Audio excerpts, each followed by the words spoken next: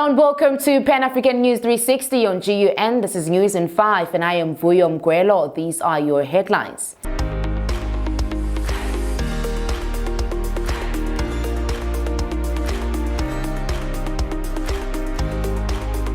The South African Airways is to shed close to 1,000 jobs. Madikizela withdraws from running for DA leadership role. Investment tycoon Allan Gray dies at age 81. A veteran actor shot 11 times by police during the Soweto protest. And we wrap up in sports.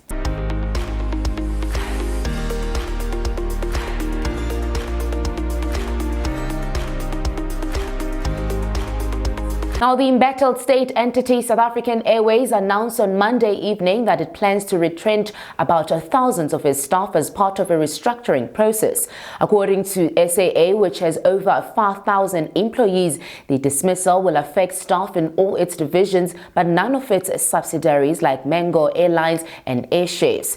The acting chief executive officer, Zuki Ramasia, said that the company will only go ahead with the dismissals after a thorough consultation process with all its workers in line with the Labour Relations Act, which requires the company to discuss its strategies with the workers and recognize union. She also noted with great regret that the company will lose some of its best workers, but will ensure that they engage meaningfully with workers and unions for the best way to mitigate adverse effects of the dismissal.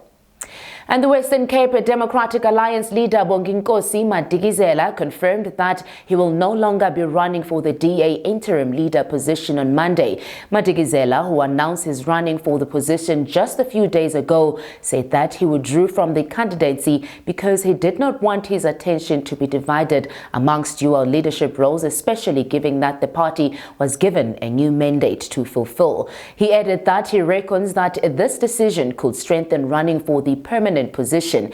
Now, this then means the current DA parliamentary leader John Steenhuisen and the member of the Gauteng provincial legislature Makoshule Ghana and the only candidates running to replace former leader Musi Maimane in the interim.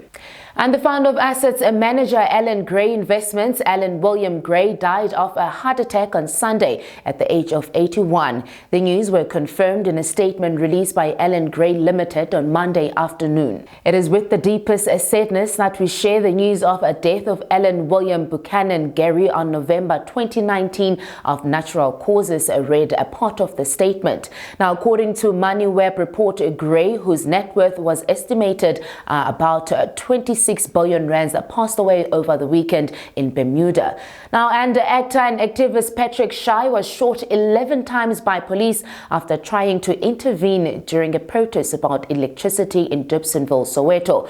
The former Generations actor was rushed to Tsepo Temba Hospital after he was shot in the back, arms, torso, neck and leg by 11 rubber bullets from police on Monday. And speaking at his home in Dobsonville, Shai said he went to do an early television interview and decided to buy some items at the garage at about 9 a.m. Now, after buying the items, he noticed that the protest which had gone on during the weekend was still on. He said he was shot after he asked the protesters to stop burning the tires on the road. He added that he had also pleaded with the police not to shoot.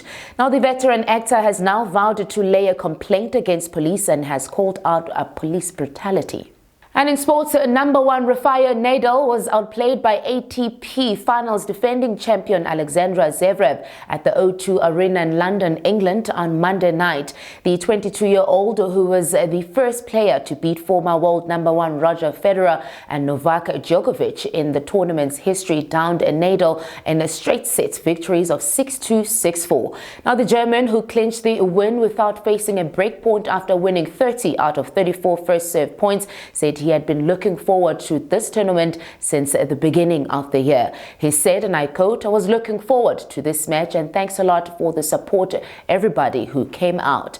And the 5-day trophy tour ends at Mother City in Cape Town as Springbok captain thanked all the fans who had come together from all walks of life to celebrate in unity. Kolisi said, and I quote, "Look at how we are all different races, different backgrounds. We came together for South Africa and made it happen. It's time for us to stop fighting and stop arguing and put South Africa first.